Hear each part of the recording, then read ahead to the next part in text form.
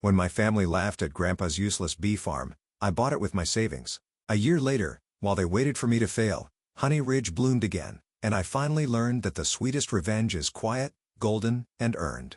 I stand alone by Grandpa Henry's casket, the last mourner left at Silverton Cemetery. My fingers trace the rough grain of the simple wooden box while everyone else heads to their cars, relief evident in their hurried steps. The small jar of honey in my hand catches the late afternoon sun, turning the contents to liquid gold.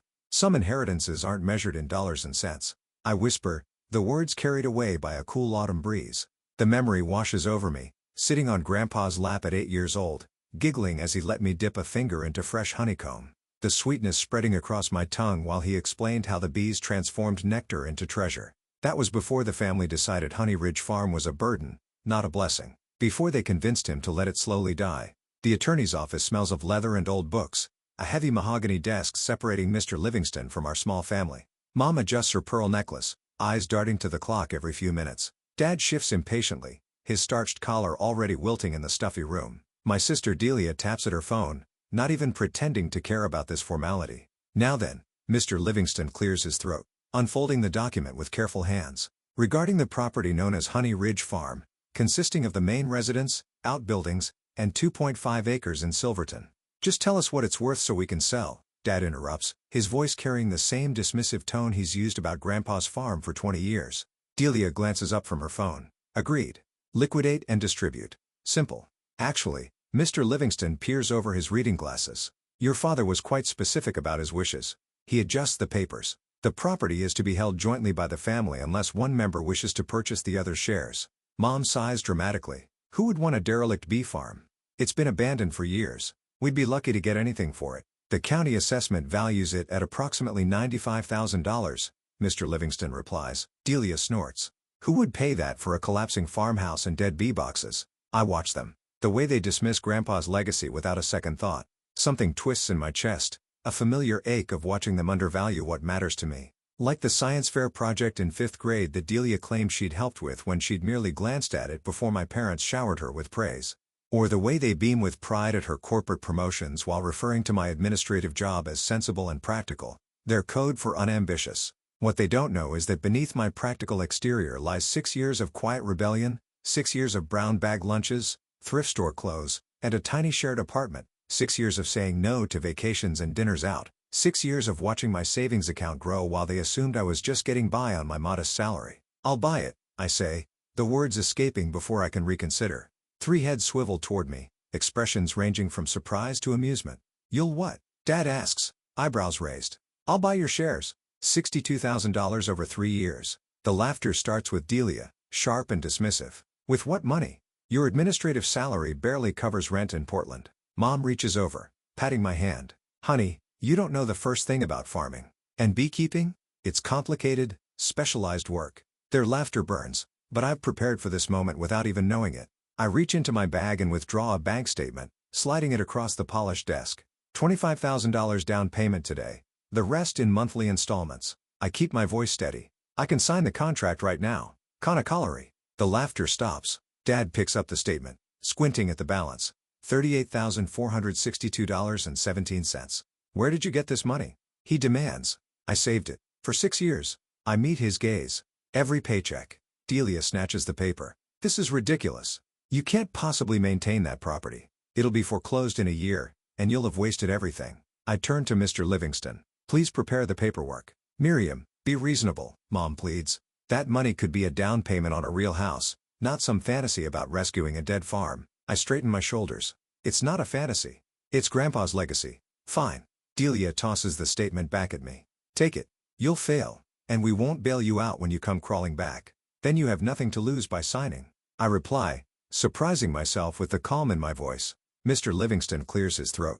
I can have the papers ready within the hour, if that's amenable to everyone. Dad looks at Mom, who shrugs with exasperation. Let her learn the hard way. An hour later, I stand outside the attorney's office.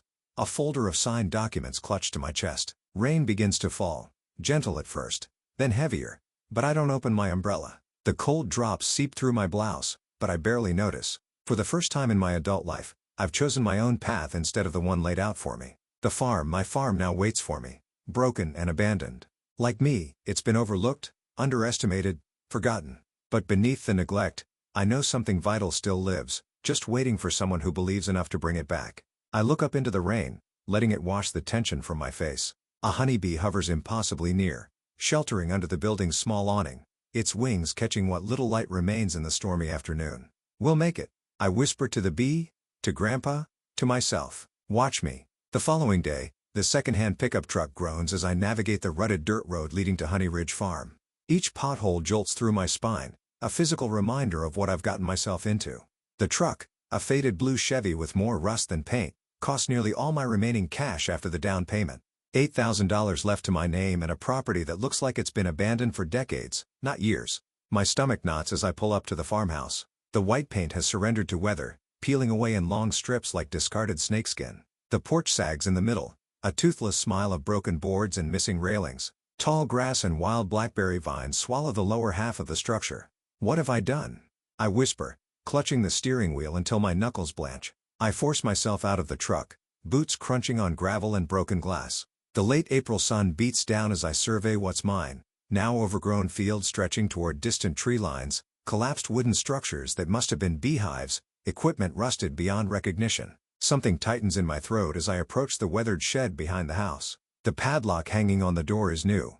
Grandpa must have replaced it before he got too sick to visit. I fumble with the key from the attorney's envelope and push open the creaking door. The smell hits me first: beeswax and wood, sweet and earthy. Dust motes dance in sunlight streaming through grimy windows. Tools hang on the walls in perfect order, untouched for years but meticulously arranged.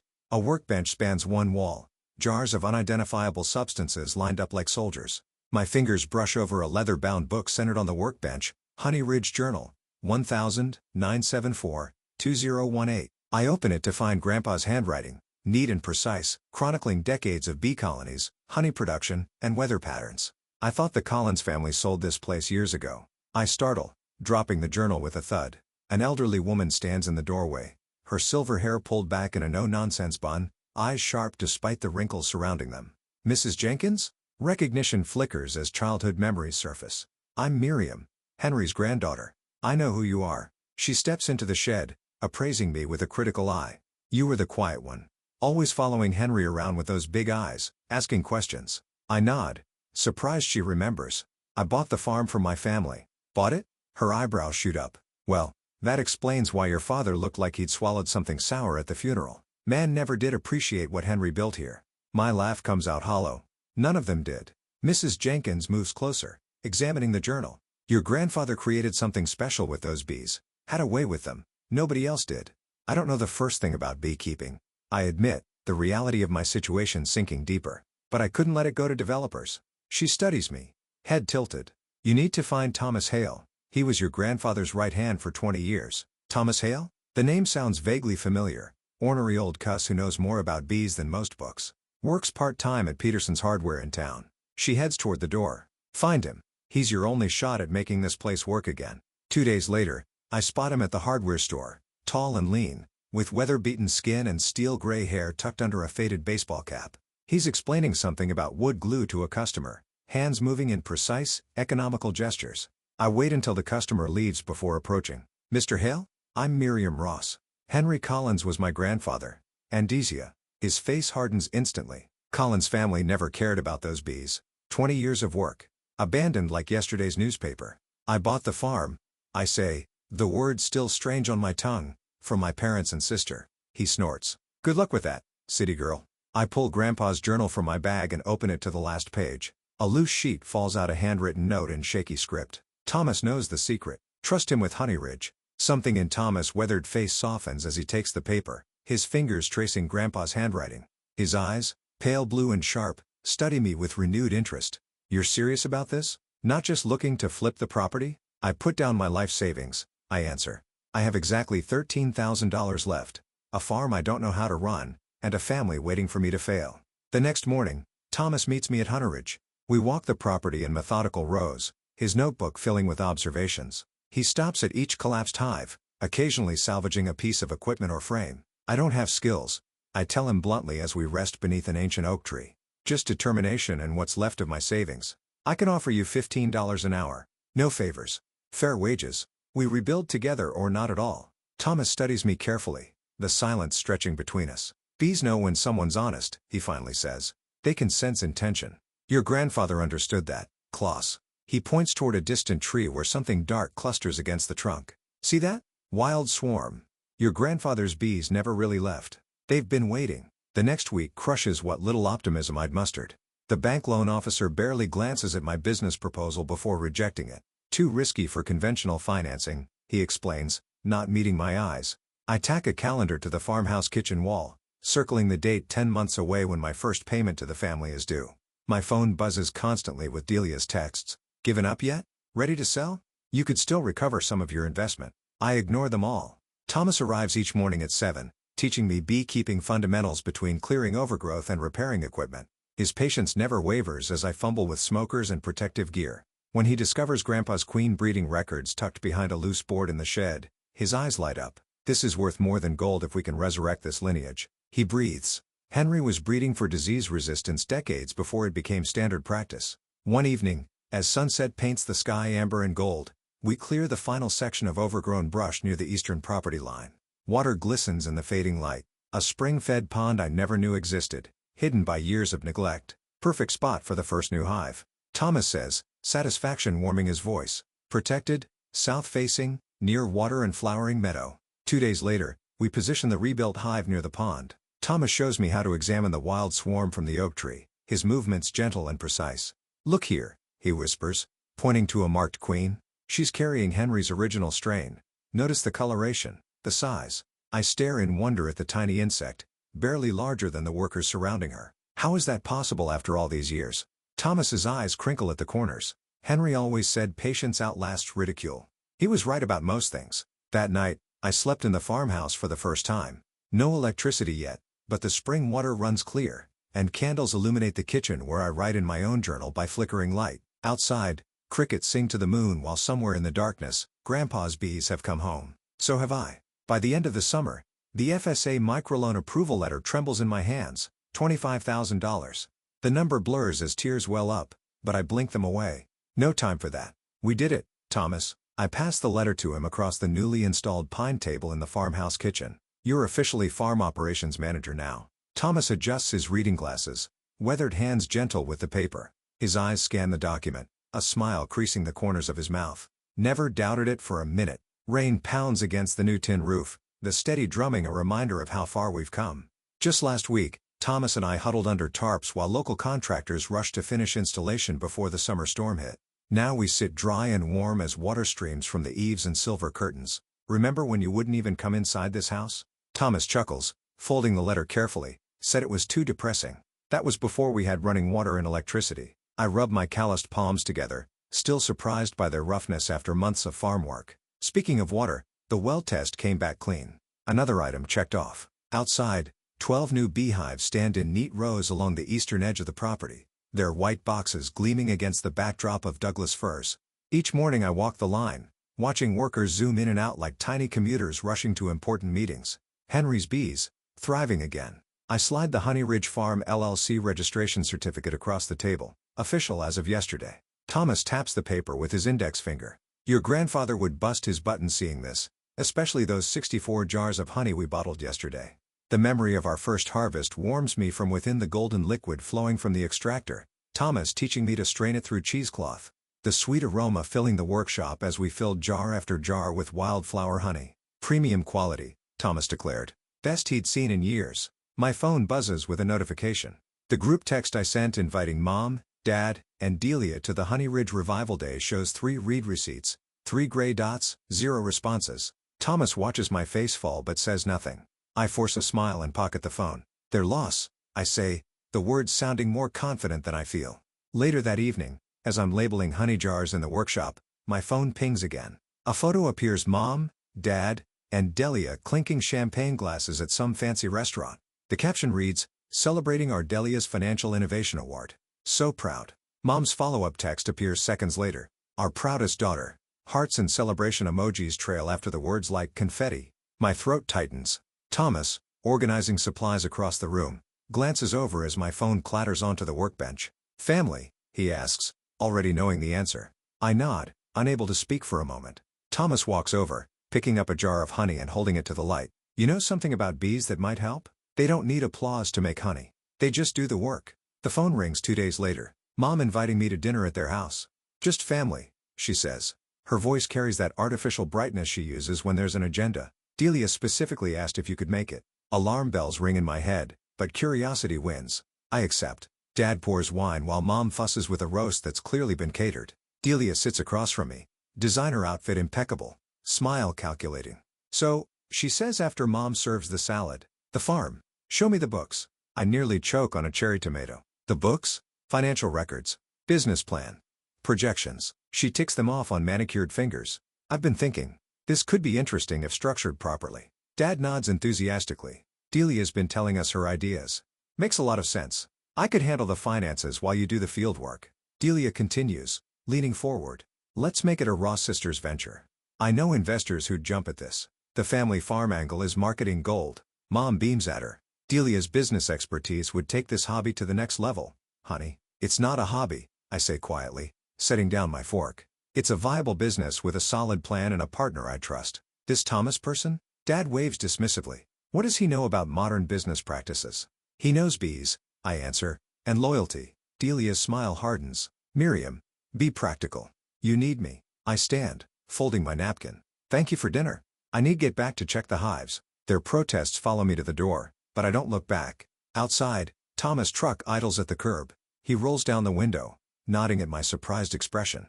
Figured you might need a ride, he says simply. People only show up when they smell honey. A week passes. The reporter from Oregon Life and Farm arrives unannounced, camera slung over her shoulder. Your neighbor, Mrs. Jenkins, told me about what you're doing here, she explains, gazing at the transformed property.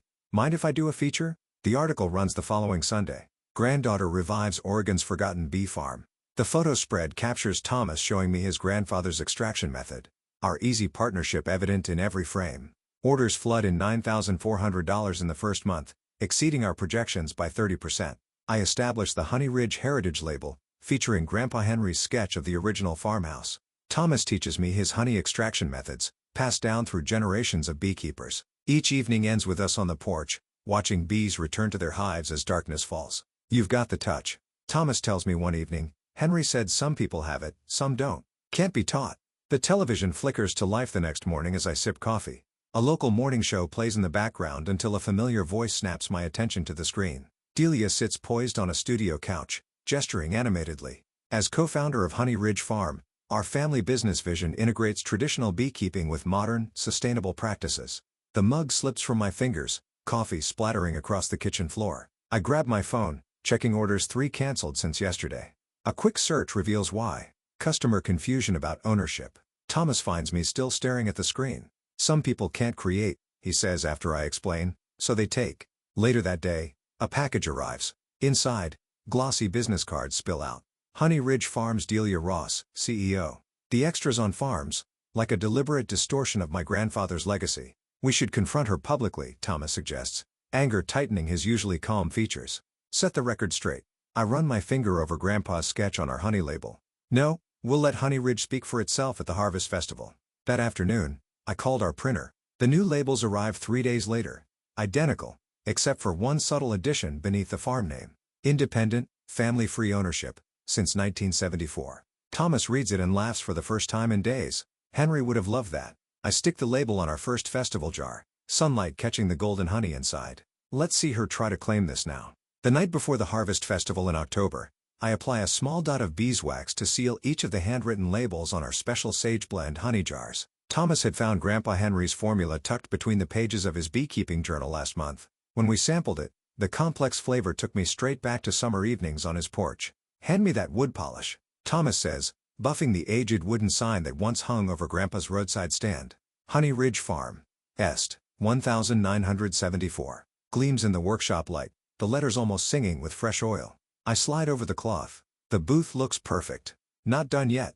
Thomas reaches behind the workbench and produces a small brass plaque he's mounted to the bottom of the sign. It reads, Miriam Ross, owner and beekeeper. My throat tightens. Thomas. Henry would be proud of the real owner. Thomas taps the edge of an envelope on the workbench, speaking of which. I open it, hands trembling slightly. It's the final bank transfer receipt, the remaining payment to my family, delivered 3 months ahead of schedule. The deed transfer paperwork sits beside it, ready for tomorrow's notary appointment. We did it, I whisper. Thomas nods. You did it. A newspaper clipping sits nearby. Local entrepreneur revives family legacy, with my photo beside the rebuilt hives. The accompanying booth application lists just two names, Miriam Ross and Thomas Hale. Get some sleep, Thomas says, returning to his polishing. Tomorrow's your day. Morning arrives with unexpected brilliance. The festival grounds already swarm with activity as we set up, our rustic booth standing out among the sleek commercial displays with their digital signage and uniformed staff. Over here, calls a reporter from the Silverton Record, notebook in hand. Can you tell us about your family business revival? Before I can answer, Thomas gently steers her toward our display. Wait till you taste this, he says, offering a sample of our heritage blend. Traditional method, no heat processing, no industrial filters. The woman's eyes widen at the first taste. That's remarkable. The crowd grows steadily, pulling in curious onlookers who form a line 6 people deep. Thomas demonstrates an old-fashioned extraction technique while I handle transactions, the cash box filling faster than I dared hope. Is this the local honey everyone's talking about? A older gentleman with a festival judge ribbon leans forward, examining our display. Yes, sir.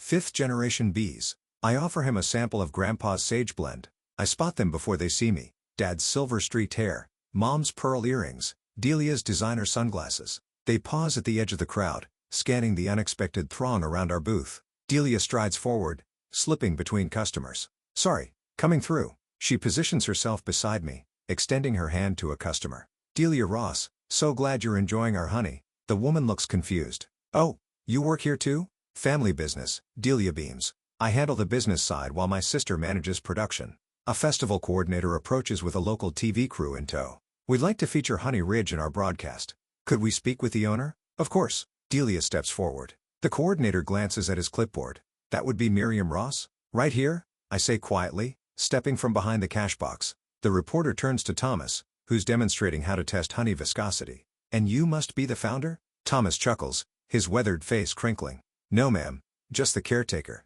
For Henry, and now for his granddaughter. Delia edges into frame as the camera starts rolling. The reporter continues interviewing me about the farm's revival, and I catch Mom nudging Dad, their expressions a mixture of surprise and calculation. A customer points to Delia. You must be so proud of your sister's achievement. Delia's smile freezes. We're all very invested in the farm's success. When the photographer from the Agricultural Quarterly asks for photos, I casually unfold the paid-in-full land contract across our display table. The camera clicks capture Delia's tight smile as the festival judge returns, blue ribbon in hand. Heritage Revival Award, he announces, pinning it to our booth. Best traditional product and presentation. Dad approaches awkwardly. Congratulations, Miriam. We didn't realize you'd made such progress. Thank you. I keep arranging jars, not meeting his eyes. Mom hovers nearby, fingering the blue ribbon.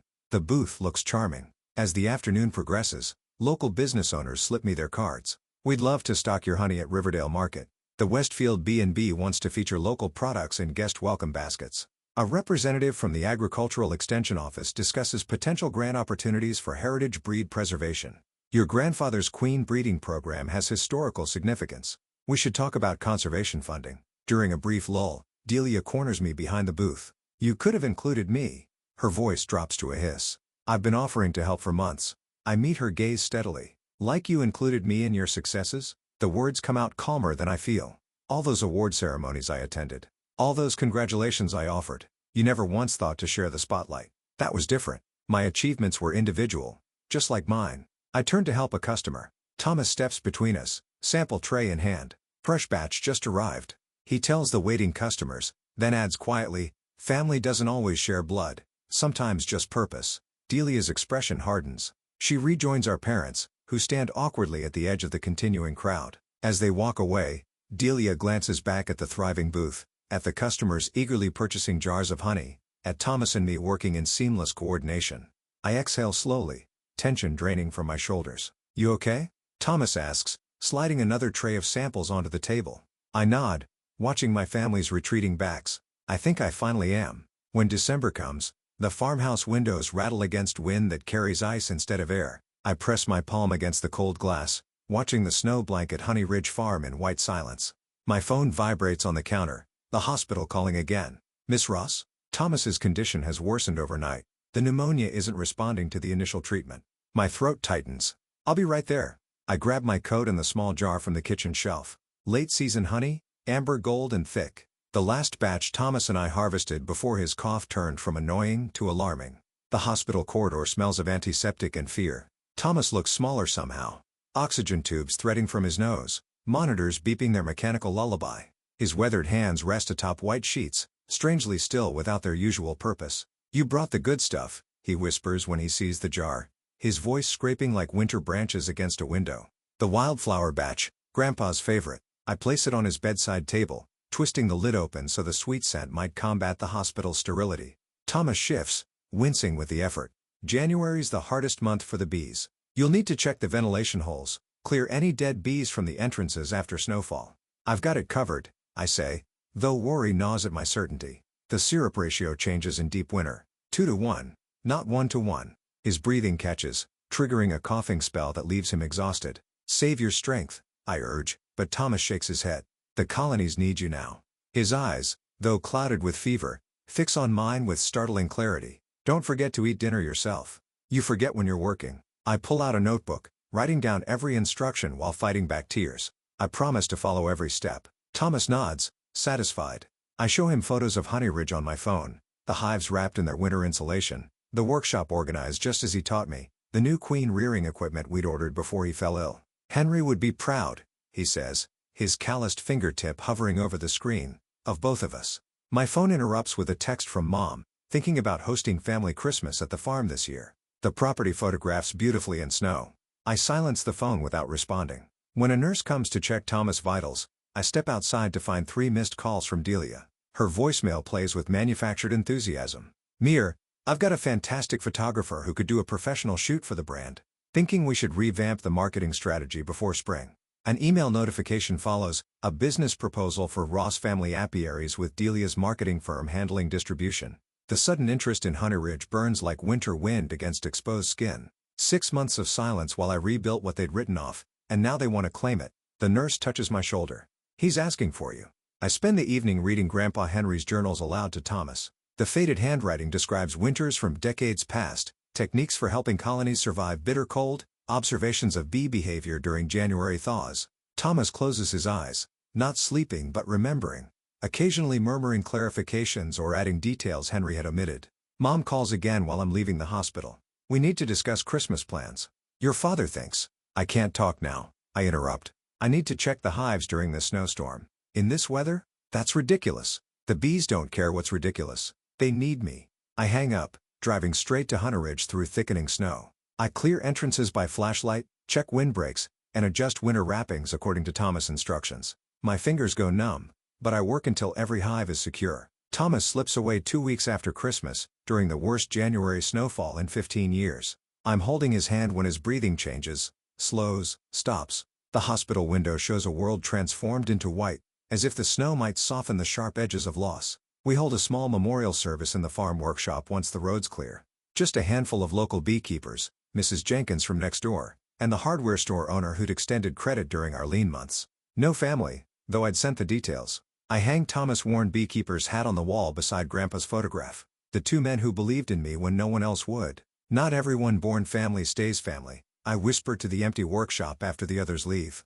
Winter solitude settles over Honey Ridge like another layer of snow. I care for the bees alone, learning to trust my instincts without Thomas' guidance. Each morning I check every hive, my routine meticulous, finding comfort in the methodical work. While organizing Thomas' few belongings from the workshop desk, I discover a folder of handwritten notes, future plans for Honey Ridge, breeding programs for strengthening our queen lines, expansion possibilities he'd been researching, his final gift, contact information for a regional organic co-op with a post-it note attached. "When you're ready." Spring arrives with unexpected visitors. I'm inspecting a newly active hive when tires crunch on gravel. My parents' luxury SUV pulls up beside Delia's sleek company car. There she is. Dad calls out, as if we'd parted on good terms months ago. "We're here to help with the business." Mom surveys the property with appraising eyes. "We've been discussing ways to modernize the operation. Delia has connections with distribution channels in Portland." Delia holds out a glossy folder. "I've drafted a marketing proposal. See how I've positioned the Ross family legacy angle? My name fits perfectly in the executive leadership section." I close the hive carefully before standing to face them. Without speaking, I gesture for them to follow me. I walk them through the thriving apiary, past the expanded extraction room, to the workshop where Thomas Memorial sits alongside Grandpa's. Honey Ridge isn't a family business. I say finally, my voice steady. It's my promise to two men who believed in me. I point to Thomas' hat, to Grandpa's photograph. They taught me that some things aren't measured in dollars or corporate connections. They're measured in honest work and keeping your word. Dad starts to argue, but stops at something he sees in my face. Mom's smile falters, her eyes darting to Delia for support.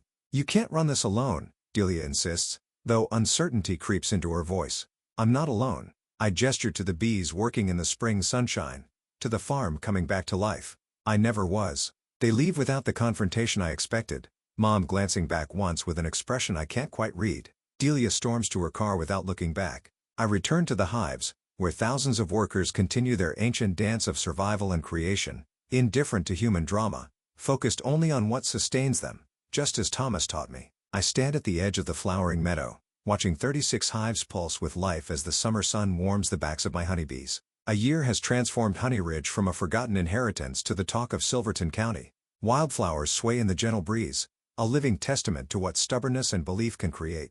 Miss Ross, the school group is here, calls Melissa, the agricultural student I hired last spring. Her enthusiasm reminds me of myself at 8, wide-eyed in Grandpa's workshop. Coming, I answer, straightening my work shirt. The Sustainable Agriculture Stewardship plaque catches the sunlight from its place beside the extraction room door, validation I never sought but welcome all the same. Inside the expanded honey shed, stainless steel equipment gleams where rust and cobwebs once claimed territory. Children from Silverton Elementary press their noses against observation windows as worker bees deposit their golden treasure. Their teacher, Mrs. Patterson, catches my eye and nods with approval. The same woman who taught me in 5th grade now brings her students to learn about ecosystems from me. Who can tell me why bees dance? I ask, slipping into the rhythm of the workshop I've given dozens of times now. A boy in a red baseball cap raises his hand to tell other bees where the good flowers are. Exactly right. I smile, pointing to the observation hive where forager bees perform their ancient figure-8 waltz, just like people share good news with friends. When the tour ends, a familiar silver sedan pulls into the drive. My stomach tightens as Delia steps out, her designer heels sinking slightly into the gravel. She's alone this time. No parents flanking her like twin shields. Your workshop looked impressive, she says, glancing around the property with new eyes. National Organic Certification. Your name in that agriculture magazine. Not bad for a dead bee farm. I don't rise to the bait. Thanks for coming. What can I do for you? She fidgets with her car keys. I should have supported you from the start. The words hang between us, unexpected and tentative. I wait, letting silence draw out what lies beneath. I was jealous, she continues, swallowing hard, of your independence, your courage to just leap. You built something real while I've been chasing promotions that don't matter. Her admission washes over me without the vindication I once imagined. Instead, I feel only the weight of wasted years. Want a tour? I offer, gesturing toward the apiary. We walk the rows of white hives named for constellations, Grandpa's way of mapping his world. The tension between us thaws with each step. These are Thomas's modifications, I explain, showing her the ventilation system he designed before his passing. He changed the whole game for winter survival rates. Mom and Dad never mention him, Delia says quietly, like they want to forget anyone who proved them wrong. Sunlight catches in her hair the same shade as mine as she stops to watch bees return laden with pollen. For a moment, I glimpse the sister I might have had. I was thinking we could start over, she suggests. Sister to sister, no business, just family. The old Miriam would have jumped at this olive branch, starved for approval. But the woman who coaxed Grandpa's queens back to life knows better now. Family isn't taken, Delia. It's earned. Her face falls slightly, but she nods. Fair enough. At the honey house, I hand her a small jar with a special gold label, Grandpa's Sage Blend. We found his recipe in the old journals. She studies the jar, then meets my eyes. Will I ever be welcome here again? You're welcome as a visitor, I tell her honestly. Not as an owner. Some things can't be shared until trust is rebuilt. After she leaves, I walk to the apple tree where Grandpa's wooden bench now stands restored. Thomas's straw hat hangs from a low branch beside me, my daily reminder of promises kept. The conservation easement papers sit in my lap, ensuring this land remains agricultural for generations. I open Grandpa's journal to the inscription I read each evening. Patience outlasts ridicule. Truth outlives lies. Golden light filters through apple blossoms as I watch my bees return home. Workshop laughter drifts from the honey house where visitors gather. 36 hives hum with life. Each queen descended from Grandpa's original strain. Grandpa planted, Thomas tended. I just learned to believe. I whisper to the fading day. Across the field, jars of honey catch sunset light through the workshop window, transforming ordinary glass into vessels of liquid gold, and good things they always find their way back.